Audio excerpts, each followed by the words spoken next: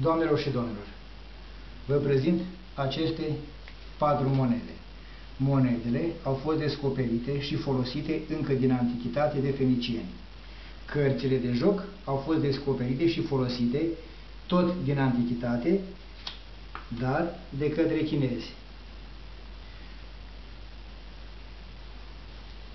Cu ajutorul cărților de joc și al monedelor, în Evul Mediu, europenii au imaginat diverse trucuri. Vă prezint aceste 4 cărți de joc și aceste monede pe care le vedeți pe masă de lucru, așezate la oarecare distanță unele de altele.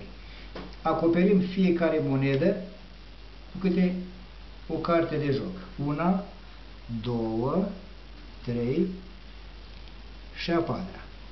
Iar acum vom freca ușor monedele cu cărțile de joc. Și după cum vedeți, vom aduna toate aceste monede sub prima carte de joc. Vom continua. 1, 2, 3, 4.